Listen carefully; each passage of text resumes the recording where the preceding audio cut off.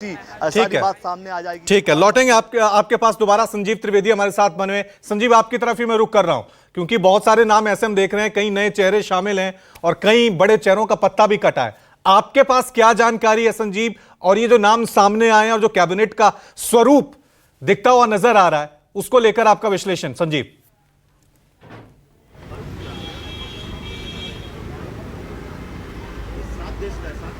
और आज विश्लेषण से ज्यादा जानकारी लीजिए रवि, क्योंकि विश्लेषण का वक्त तो बाद में आएगा, लेकिन जानकारी ज्यादा जरूरी। मैं इस वक्त 7 लोक कल्याण मार्ग पर हूं, यानी कि प्रधानमंत्री निवास। और जैसा कि आपने बताया भी कि जैसे जैसे गाड़ियां पहुंच रही हैं नेताओं को लेकर के, उनका टिकट भी कंफर्म होता चला जा रहा है, टिकट टू द कैबिनेट। और आप देखिए कि ये जो सिलसिला है लोगों के आने का, वो अपने तरीके से आकार ले रहा है। एक जानकारी जो आपके साथ साझा करनी है कि प्रधानमंत्री निवास में जो कार्यक्रम है वो 12 बजे का है, यानी कि अभी भी समय है। लोगों के जो पहुंचने का सिलसिला है वो लगातार जारी है। 12 बजे का कार्यक्रम है और इसे जीतन राम मांझी के जरिए कंफर्म भी किया गया है। तो 12 बजे वो बैठक, यानी कि वो चाय पार्टी शुरू होगी जो निर्णायक होगी। अब आप जानना चाह रहे थे कि स्वरूप और आकार क्या होने जा रहा है। जो नाम पहुंचे हैं यहाँ पर, कुछ पुराने और कुछ नए, और ऐसा लगता है कि जैसे युवाओं को, महिलाओं को, ये 2 ऐसे ब्लॉक्स होने जा रहे हैं जिनको सबसे ज्यादा प्राथमिकता दी जाने वाली है इस बार के मंत्रिमंडल में। दूसरी बात कि जो 4 ऊपर के मंत्रालय हैं, यानी कि विदेश और वित्त, रायसेना हिल पर जो मंत्रालय हैं, विदेश और वित्त, और फिर रक्षा मंत्रालय, और इसके अलावा गृह मंत्रालय, ये तमाम मंत्रालय अपने पास भारतीय जनता पार्टी रख रही है। और इंफ्रास्ट्रक्चर से जुड़े हुए जितने भी आधारभूत संरचना से जुड़े हुए जितने मंत्रालय हैं, भारतीय जनता पार्टी वो अपने पास रखेगी। नामों में आज की तारीख में सबसे ज्यादा इंटरेस्ट है रवि, तो आपको हम बताते चले कि नए नाम पहले कौन है। रविंदर सिंह बिट्टू, रवनीत सिंह बिट्टू एक ऐसे नाम है जो कांग्रेस छोड़ भारतीय जनता पार्टी में शामिल हुए और शामिल होने के साथ चुनाव लड़े, जीत नहीं पाए, लेकिन फिर भी उन्हें बुलाया गया है। मेरे पीछे जो लोक कल्याण मार्ग का गेट है, वहां से अंदर प्रवेश करते हुए देखे गए हैं चिराग पासवान। ये तो ऐसी खबर है जो सब लोग जान रहे हैं। नए नाम में संजय बंडी भी हैं, जो कि आप ये देखिए कि जो संघर्ष वहाँ पर तेलंगाना में है उसको लीड कर रहे थे प्रदेश भाजपा अध्यक्ष के तौर पर भी। और उनके अलावा हम आपको बताते चले, मनोहर लाल खट्टर भी अंदर पहुँच चुके हैं। नए नाम आप जानना चाह रहे हैं, अन्नपूर्णा देवी झारखंड के कोडरमा से आती हैं, पहले राष्ट्रीय जनता दल में थी, अब वो भारतीय जनता पार्टी में है। कोडरमा से लगातार दूसरी दफा उन्होंने चुनाव जीता है। इसके अलावा आपको हम ये भी बताते चले कि अमित शाह और जेपी नड्डा और राजनाथ सिंह, ये तमाम बड़े नेता अंदर मौजूद हैं। इस वक्त पुराने चेहरों की बात कर लीजिए, गिरिराज सिंह अंदर पहुंच चुके हैं, अनुप्रिया पटेल अंदर पहुंच चुके हैं, जी किशन रेड्डी अंदर पहुंच चुके हैं। ये ऐसे बड़े नाम हैं जो कि पिछले मंत्रिमंडल में भी थे, इस बार भी हैं। अब सबों की निगाहें इस बात को लेकर है कि आखिरकार भारतीय जनता पार्टी के अगले अध्यक्ष की रूपरेखा भी आज ही क्या तय हो जाएगी। 3 नाम ऐसे हैं जो कि अगर मंत्रिमंडल में रहते हैं तो जाहिर है कि वो बीजेपी का अध्यक्ष नहीं बनने जा रहे हैं। और उन 3 नामों में है अमित शाह का नाम, राजनाथ सिंह का नाम और शिवराज सिंह चौहान का नाम। इनमें से जो भी नाम मंत्रिमंडल में है, मान लीजिए कि वो रेस से बाहर, लेकिन अगर कोई इन 3 प्रोमिनेंट नामों में से नहीं है तो यकीन मान करके चलिए कि वो अगले भारतीय जनता पार्टी के अध्यक्ष होने जा रहे हैं। इसके अलावा उड़ीसा से भी जुड़ी हुई बड़ी ही दिलचस्प जानकारी आपके साथ साझा करना चाहूँगा। 3 बड़े नाम हैं जो मुख्यमंत्री के रेस में हैं, धर्मेंद्र प्रधान, जयंत पांडा और अपराजिता सारंगी। अब इन 3 नामों में से किसको मौका मिलता है मंत्री बनने का, और अगर उनको मौका मिलता है तो कहा यही जाएगा कि वो उड़ीसा के अगले मुख्यमंत्री नहीं होने जा रहे हैं। हमारी जानकारी है कि धर्मेंद्र प्रधान, जो कि लगातार मंत्री रहे हैं पिछले 10 साल, संभवतः इस बार मंत्री नहीं होने जा रहे हैं। और उसका सीधा अर्थ ये होने जा रहा है कि वो उड़ीसा के मुख्यमंत्री होने जा रहे हैं। आखिर में सबसे बड़ी बात यह है कि राज्यों को बड़े ही तरीके से सजाने की कोशिश की गई है।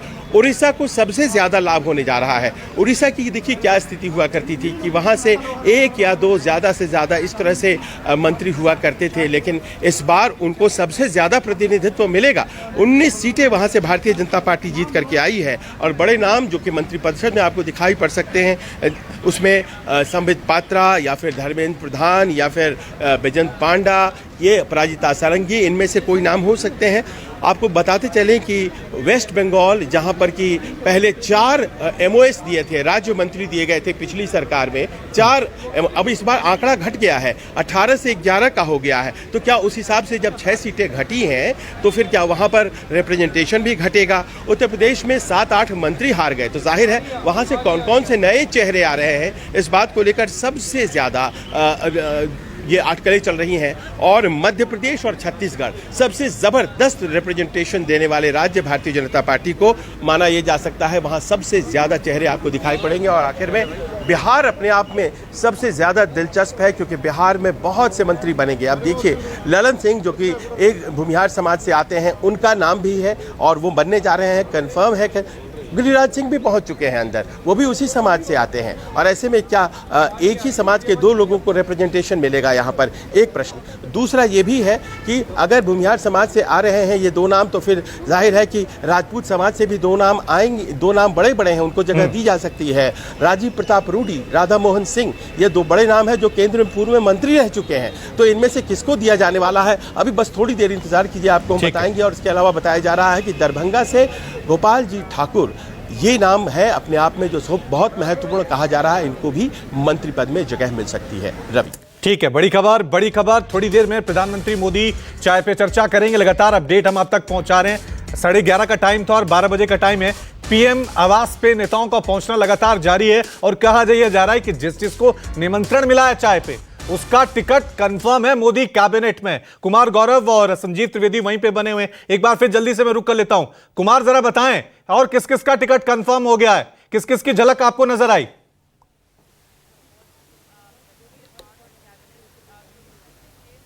देखिए, उत्तराखंड से नेता जो पिछली सरकार में भी राज्य मंत्री थे, रक्षा राज्य मंत्री अजय टामटा भी प्रधानमंत्री आवास के अंदर गए हैं। उनका भी टिकट उत्तराखंड से आप कंफर्म मानकर चलिए। इसके अलावा जैसा कि अब पहले बताया कि जितिन प्रसाद उत्तर प्रदेश में भी मंत्री थे, इस बार कराए हैं वो भी। ठीक है कुमार, थोड़ा सा ऑडियो क्रैक हो रहा है, थोड़ा सा सिग्नल का इशू हो रहा है। लौटेंगे आपके पास। संजीव, आपसे जान लेता हूं क्योंकि सबसे ज्यादा हलचल वहीं देखने को मिल रही है। कोई और नए चेहरे आपको दिखे वहां पे अंदर जाते हुए?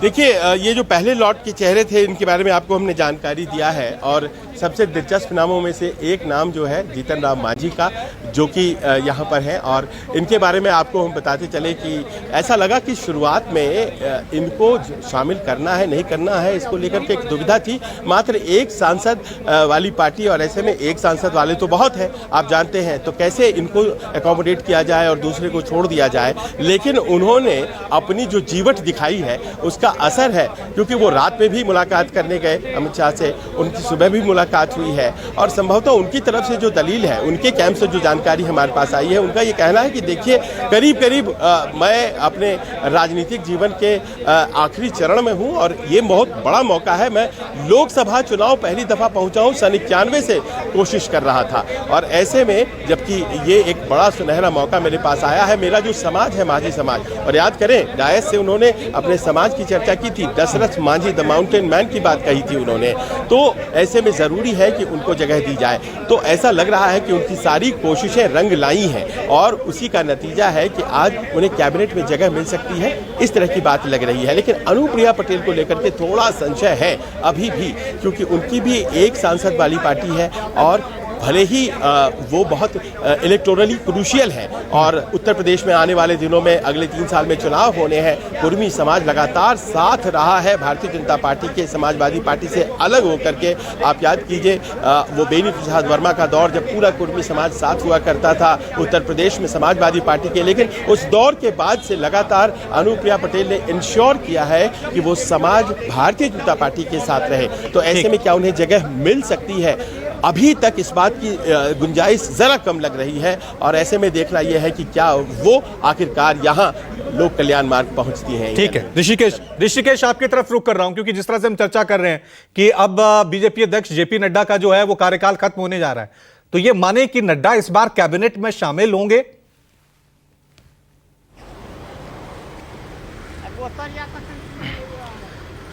रवि, देखिए, बिल्कुल बीजेपी की जो मौजूदा टीम है उसमें कई सारे बदलाव देखने को मिलेंगे। और जो मौजूदा नतीजे आए हैं उसका इस पे खासा असर देखने को मिल रहा है। न केवल राष्ट्रीय स्तर पर भारतीय जनता पार्टी के केंद्रीय स्तर पर, बल्कि राज्यवार कई सारे इकाइयों पर भी इसका असर देखने को मिलेगा रवि, जिसमें महाराष्ट्र सबसे सर्वोपरि माना जा रहा है। हरियाणा में देखिएगा संगठन का बदलाव, कुछ और आमूलचूल बदलाव होगा। तो ये जो चुनावी राज्य हैं, दिल्ली में देखिए पहले ही बदल दिया गया था, कार्यवाहक यहाँ अध्यक्ष हैं। उत्तर प्रदेश में कहा जा रहा है कि बड़ा बदलाव होगा।